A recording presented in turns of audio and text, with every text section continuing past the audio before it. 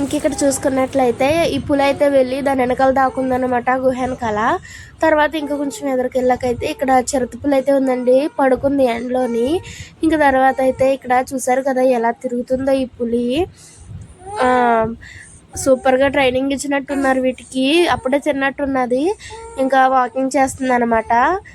చూసారు కదా ఎలా అయితే నడుస్తుందో. చాలా పెద్ద పెద్దవి అయితే ఉన్నాయండి ఇక్కడ. చూసారు కదా, పిల్లల్ని ఈ సెలవులకి కానీ ఇలాగ హాలిడేస్కి ఎక్కడికైనా తిప్పుతూ ఉండాలండి. ఇక్కడైతే బెంగాల్ టైగర్ అన్నమాట. ఎంత పెద్దగా ఉందంటే అదైతే ఫొటోస్కి పోజులు ఇవ్వడానికి అని చెప్పి ముందుకి వెనక్కి భలే నడుస్తుందండి. మాకైతే దగ్గరికి వచ్చిందనమాట, చాలా భలే అనిపించింది అసలు. వీడియో కూడా తీసుకున్నాను, ఇదిగోండి చూసారా దగ్గరికి వస్తుంది, కానీ ఉరుకుతుందేమో అని భయం వేస్తుంది. కానీ చాలా లోతైతే ఉంటుందండి, మనకి అలా కనిపిస్తుంది. కానీ ఇక్కడైతే సింహం అనమాట, హాయిగా తిని రిలాక్స్ అవుతుందండి చెట్టు కింద. ఎండ దెబ్బ తగిలితే మళ్ళీ నల్లగా అయిపోద్ది అన్నట్టు.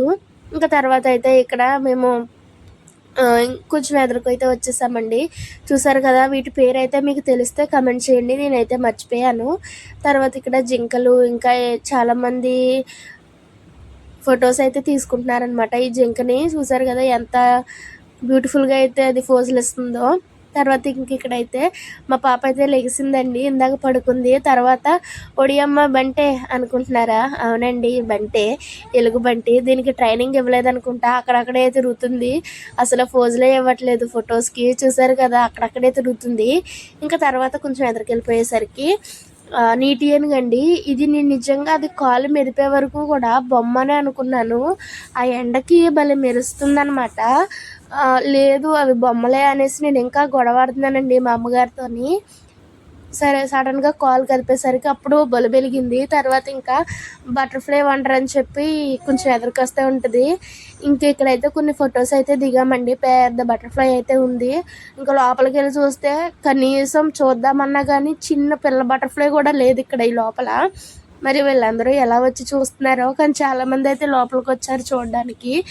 ఇవన్నీ చూసి మేము అలసిపోయి ఐస్ క్రీమ్స్ అయితే ఇక్కడ అమ్ముతున్నారనమాట, అవి అయితే తీసుకున్నామండి మొత్తం మా పిల్లలందరం కూడా. ఇంకా చూసారు కదా మా వాళ్ళు అయితే ఐస్ క్రీమ్ తింటా ఉన్నారు. మీ ఐస్ క్రీమ్స్ చూపించండి అనగానే మా పిల్లలు మొత్తం ఎలా చూపిస్తున్నారో చూడండి, ఎదుటి వాళ్ళు లాక్కెళ్ళిపోయేలాగా.